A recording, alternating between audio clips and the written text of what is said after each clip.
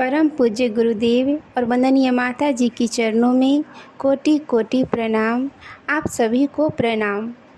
सच्ची घटना पर आधारित पुस्तक अद्भुत आश्चर्यजनक किंतु सत्य में आज हम सभी सुनेंगे।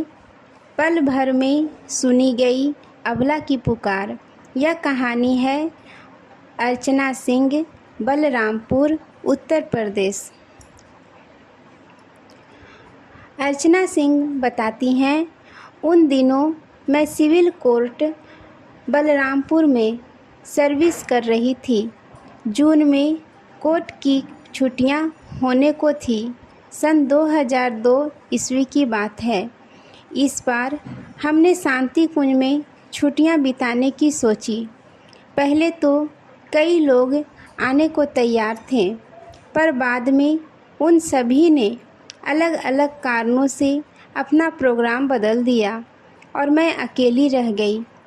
छुट्टियों के दिन होने के कारण ट्रेन में रिजर्वेशन नहीं मिल पाया था, किंतु मुझे तो किसी भी हाल में शांति कुंज पहुंचना ही था।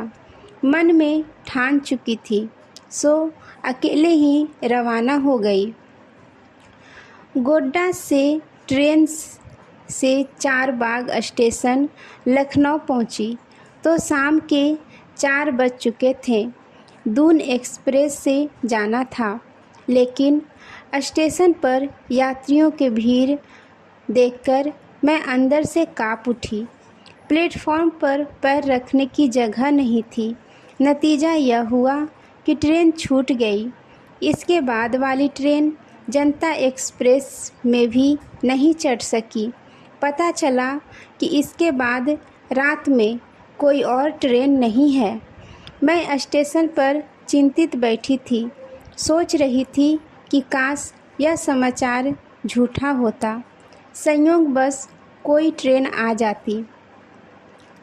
रात गहरी होती गई। स्टेशन पर से भीड़ घटती जा रही थी। मेरा भय लगातार बढ़ता जा रहा था।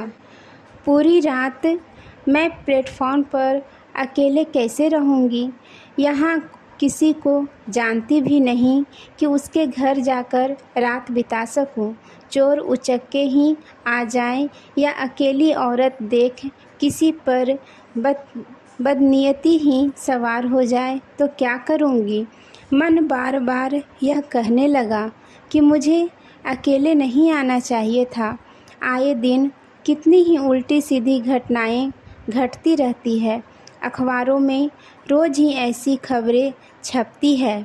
10 की भीड़ में पुरुषों के साथ कंधे से कंधा मिलाकर काम करना अलग बात है, पर यहाँ सुनसान रात में अनजान स्टेशन के प्लेटफॉर्म पर रहना, यही सब सोचकर मैं अंदर ही अंदर काँप रही थी। इतने में ही एक आदमी पास आकर खड़ा हो गया। मुझे उसके रंग ढंग ठीक नहीं लग रहे थे। वह मुझसे पूछने लगा, कहाँ जाना है? मैंने उपेक्षापूर्ण स्वर में कहा, हरिद्वार। उसने बात आगे बढ़ाने की चेष्टा की। मैं रेलवे का एम्प्लॉय हूँ। हरिद्वार की आखिरी ट्रेन भी जा चुकी है। अब वहाँ के लिए कोई ट्रेन आपको कल मिलेगी। मेरा रहा सहा होश भी गुम होने लगा। वहाँ से उठकर मैं टी स्टॉल के पास वाली बेंच पर बैठ गई।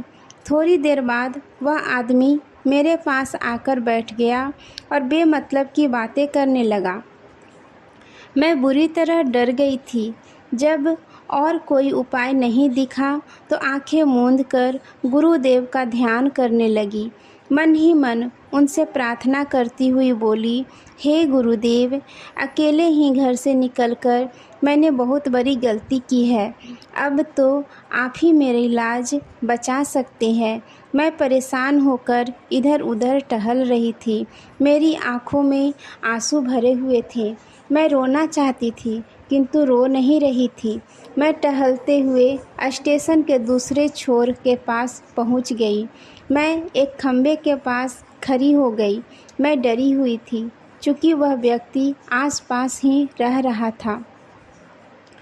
मैंने देखा खम्भे के पास जहाँ थोड़ी जगह होती है वहीं पर एक बूढ़े दंपति को बैठे हुए देखा। उनके पास 2 छोटी-छोटी गठरियाँ थीं। उन्हें देखकर मैं उन्हीं के पास खड़ी हो गई। मुझे उनके पास खड़े होने पर लग रहा था जैसे गुरुदेव मेरी करुण पुकार सुनकर स्वयं आ गए हों। मैं भी थोड़ी जगह पर बैठ गई। थोड़ी देर में बातचीत के क्रम में उन्होंने कहा, बेटी क्या बात है, कुछ परेशानी है क्या? मैंने कहा कि बाबा मुझे हरिद्वार जाना है, किंतु हरिद्वार की दोनों ट्रेन जा चुकी है। मैंने पता किया तो मालूम हुआ कि हरिद्वार के लिए कोई ट्रेन नहीं है। मैं बहुत परेशान हूँ। पूरी रात स्टेशन पर क्या करूँगी? बाबा बोले, इसमें चिंता की क्या बात है, तुम्हें हरिद्वार ही जाना है। अभी एक ट्रेन आएगी इसी प्लेटफॉर्म पर जो सराहनपुर जाएगी। तुम लक्सर स्टेशन पर उतर जाना, वहाँ से हरिद्वार के लिए कोई न कोई ट्रेन मिल जाएगी। पूरी रात स्टेशन पर बैठने से अच्छा है ट्रेन में रहोगी और सुरक्षित भी रहोगी। उनकी बात मुझे अच्छी लगी, किंतु विश्वास नहीं हो रहा था कि ये जो कह रहे हैं वह सही है। चूँकि उनकी वेशभूषा से नहीं लग रहा था कि ज़्यादा पढ़े लिखे होंगे। इनको कैसे पता चला कि कौन सी ट्रेन आ रही है? किंतु न जाने क्यों मुझे उनकी बातों में सच्चाई लग रही थी। उनकी वाणी में अजीब सी मिठास एवं अपनापन झलक रहा था। मैंने कहा, बाबा आप सच कह रहे हैं? तो मैं सही बोल रहा हूँ, मुझे हरिद्वार जाना है। मैं अभी 10:30 बजे ट्रेन आएगी। मैंने सोचा इंतज़ार करने में क्या हर्ज है, अभी सच्चाई तो पता चल ही जाएगी। 30-35 मिनट की बात है, लेकिन उस स्थिति में एक मिनट पहाड़ जैसी बीत रही थी। आखिर 10:30 बजे वह ट्रेन आई। मैं अपना बैग लेकर बाबा के साथ चल दी ट्रेन में चढ़ने के लिए। मैंने सोचा कि बाबा बूढ़े हैं, इनकी सहायता करनी चाहिए। इसलिए मैंने कहा, बाबा पहले आप चढ़ जाइए तब मैं चढ़ूँगी। तो बाबा बोले, पहले तुम चढ़ो, तुम मेरी चिंता मत करो। मैं ट्रेन में चढ़ गई। ट्रेन में काफ़ी भीड़ थी। मैंने सोचा बाबा इसी ट्रेन में होंगे, लेकिन आसपास मुझे वह बाबा दिखाई नहीं पड़े। मैं रात भर ट्रेन में बैठी रही। मुझे हल्की झपकी लग जाए तो मैं जग जाती थी। चूँकि मुझे लक्सर स्टेशन पर उतरना था, पहली बार स्टेशन का नाम सुना था कि कहीं भूल न जाऊं। मैंने ट्रेन में बैठे व्यक्तियों से भी स्टेशन के बारे में पूछा। दूसरे दिन मैं लक्सर स्टेशन पर उतर गई। मैंने इंक्वायरी में जाकर हरिद्वार के लिए ट्रेन पूछी तो पता लगा अभी 1 घंटे बाद ट्रेन आएगी। इस प्रकार गुरु कृपा से हरिद्वार आ गई।